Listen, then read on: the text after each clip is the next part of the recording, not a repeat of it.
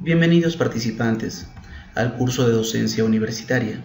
Este curso de docencia universitaria va a estar con un enfoque a la metodología de la enseñanza. Pero antes de dar las generalidades, la manera de trabajo que se va a desarrollar el curso, vamos a iniciar con algunas frases, ¿sí? Por ejemplo, esta frase de Confucio: no enseñaré a quien no sienta ganas de aprender, y no explicaré nada a quien no se esfuerce en aclarar las cosas por su cuenta. Y si explico un cuarto de la verdad y el alumno, pensando y reflexionando él solo, no deduce los otros 3/4, no pienso seguir instruyéndolo. Y para poder motivarnos, vamos a irnos de fábula. Vamos a hablar sobre la liebre y la tortuga. Una fábula que ustedes ya la conocen.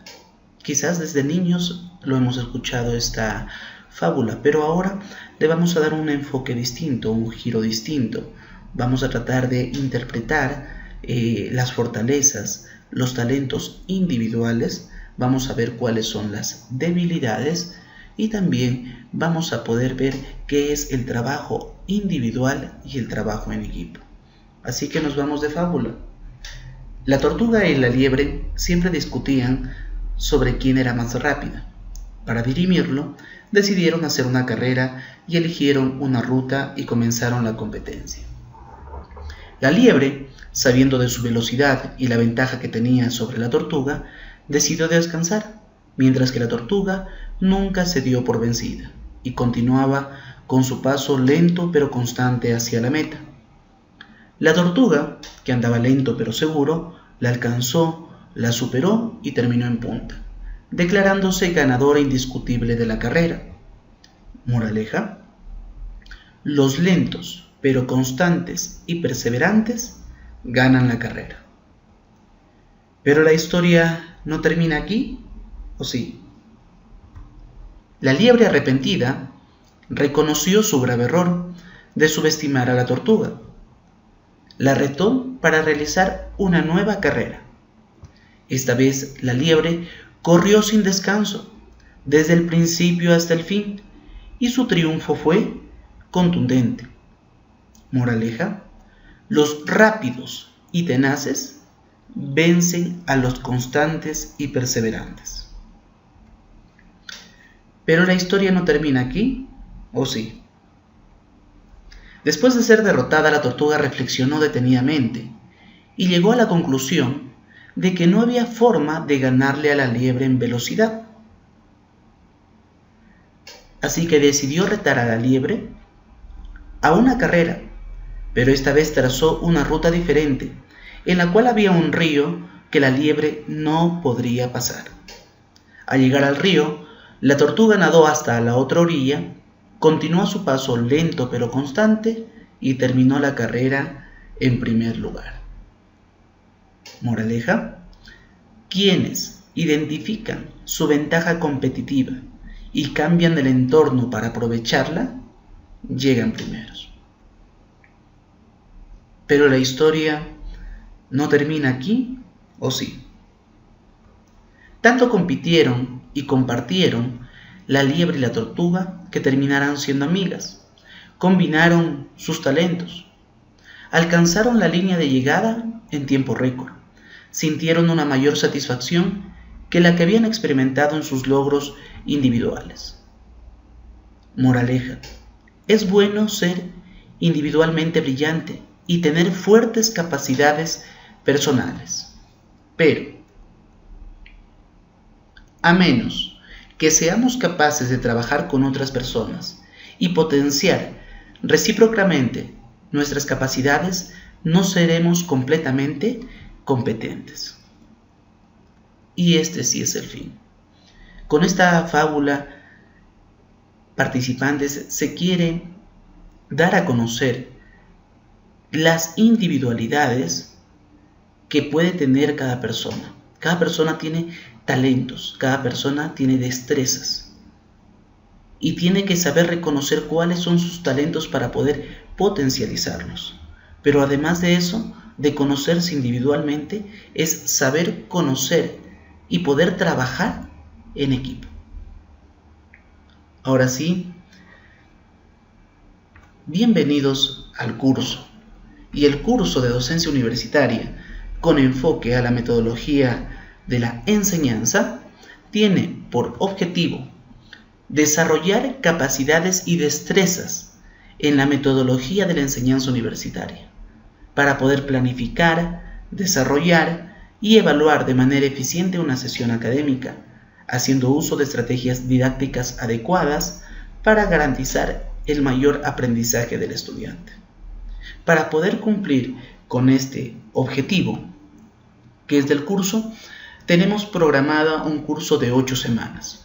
En la primera semana es la introducción a la docencia universitaria, la cual la estamos haciendo. Vamos a ver las teorías del aprendizaje. Vamos a ver las bases neurofisiológicas de la memoria y el aprendizaje. Acá sí vamos a mezclar un poco de anatomía, un poco de fisiología, un poco de psicología, para poder entender cómo es que las neuronas empiezan a liberar ciertos neurotransmisores y cómo partes del cerebro se activan para procesar los datos y cómo esta información se va incluyendo en las memorias, ya sea a largo plazo, a corto plazo, y conociendo estas bases vamos a tratar de utilizar estrategias que potencien la retención. En la segunda semana vamos a hablar de búsqueda de información científica en la web, es decir, cómo saber utilizar la web, cómo utilizar los buscadores, los metabuscadores. Ahora no solamente vamos a buscar en Google, vamos a poder utilizar otros buscadores científicos, vamos a poder utilizar bases de datos donde se encuentran revistas de alto impacto, donde se hacen publicaciones de las revistas más importantes del mundo, revistas que son indexadas con una información que nos puede servir para el desarrollo de nuestras clases. En la tercera semana vamos a hacer el desarrollo del microcurrículo, lo que es un desarrollo de un sílabo. El desarrollo del sílabo hay distintos modelos, distintas instituciones tienen sus propios modelos. Nosotros nos vamos a enfocar en el microcurrículum a una parte general, es decir, desarrollar las generalidades, qué es lo que tiene que tener en el aspecto de generalidades un sílabo, qué es lo que tiene que tener como objetivos, qué tiene que tener como desarrollo de semanas, cómo van a estar involucrados los métodos, técnicas, estrategias para cada sesión académica, cómo poder citar la referencia, ¿sí? Cuestiones generales que con estas informaciones ustedes pueden elaborar su sílabo de acuerdo al modelo que tengan establecido en su institución. En la cuarta semana vamos a hacer ya una sesión académica, es decir, vamos a elaborar un plan de clase, vamos a poderlo planificar desde una introducción, un desarrollo de la clase, las conclusiones de la clase. Y tenemos que, para la elaboración de esta clase, tenemos que conocer, ¿sí?, lo que son estrategias didácticas. Ya en la quinta semana vamos a ver las estrategias didácticas. ¿Cuáles son las estrategias? Por ejemplo, como un ABP, un aprendizaje basado en problemas, un ABPRO, un aprendizaje basado en proyectos, un foro, una conferencia, una clase magistral. También podemos hacer una mesa redonda. En la sexta semana vamos a hacer la elaboración de presentaciones eficaces y el uso adecuado de la pizarra. En la primera, por ejemplo, ya tienes planificada tu clase, ya sabes qué estrategias didácticas vas a utilizar. Independientemente de las estrategias didácticas, por lo general a veces necesitamos proyectar algo o vamos a hacer uso del proyector para dar esta estrategia didáctica. Pero para eso tenemos que saber elaborar presentaciones que sean eficaces, es decir, que de acuerdo al tiempo que tenemos, digamos 20 minutos, 40 minutos, 1 hora, 2 horas, de acuerdo al tiempo que tenemos, poder estimar el número de diapositivas, poder ver los colores de las letras, los colores de los fondos, poder hacer combinaciones para poder resaltar la presentación y poder diferenciar que no es lo mismo estar explicando con texto que explicar con gráficos. Entonces, esta parte va a ser muy importante, en la cual uno va a aprender cuánta información debemos cargar para una determinada sesión académica. Y otra parte importante, que es el uso adecuado de la pizarra. En el uso adecuado de la pizarra tenemos que ver cómo debemos utilizar a la pizarra, qué márgenes tenemos que utilizar, cómo tenemos que desarrollar. Solamente tenemos que escribir, sobreescribir en la pizarra, escribir y borrar. Cómo tenemos que distribuir la pizarra para presentar una información adecuada, porque recuerden que los colores y la forma de presentación de la información impacta en el aprendizaje del estudiante. Así que también lo vamos a aprender eso. La séptima semana es una semana muy interesante. Va a haber un foro interesante donde vamos a poder conversar mucho acerca del perfil y actitud del docente y el perfil y actitud del estudiante. Es decir, cómo tiene que ser el docente. Tiene que ser muy estricto, tiene que ser muy flexible, tiene que tener una voz fuerte, tiene que tener una voz débil. ¿Qué características tiene que tener el docente para poder impactar en sus estudiantes? Así que es una semana muy interesante, de mucho debate, y poder sacar las mejores conclusiones para que sirva de una buena experiencia para que desarrollen sus clases. Asimismo, el perfil y actitud del estudiante. Cómo el estudiante, por ejemplo, está en clase, cómo se comporta en clase. Hay estudiantes que son juguetones, traviesos, hay estudiantes que son más tranquilos, hay estudiantes que son más creativos, hay estudiantes que son memoristas, hay sabelotodos, hay sabelonadas. Entonces tenemos que también ver qué tipo de estudiantes. Vamos a tratar de identificar qué tipo de estudiantes y también cómo saber controlar las situaciones. Asimismo, cómo tiene que ser el desplazamiento, por ejemplo, del docente en el aula o en el ambiente donde le toque dar la clase. ¿Sí? Si es que es en una mesa redonda, si es que es en una aula típica de clase, si es que está en un auditorio, cómo tiene que ser el desplazamiento, cómo tienen que ser los tonos de voz, ¿sí? Todo eso. Y en la octava y última semana, como todo proceso o sesión académica, siempre termina en una evaluación.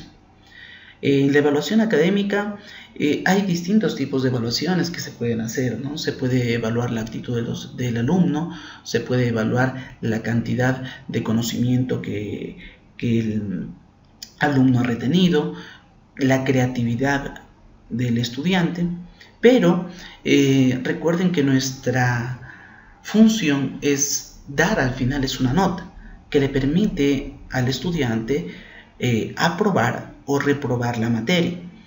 Pero si nosotros dejamos a criterios subjetivos esta calificación, puede caer en algunos inconvenientes, inclusive en algunos inconvenientes legales.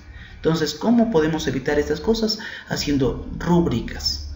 Rúbricas que son preguntas elaboradas con alternativas para que el alumno pueda escoger una de las alternativas y generar una matriz de calificación con la cual nos vamos a ahorrar tiempo. Imagínense, podemos evaluar cerca de 100 estudiantes y la calificación hacerla en menos de 20 minutos, y se encuentra con algunos equipos, instrumentos más avanzados, en cuestiones de unos 4 o 5 minutos estar calificado completamente todos los estudiantes.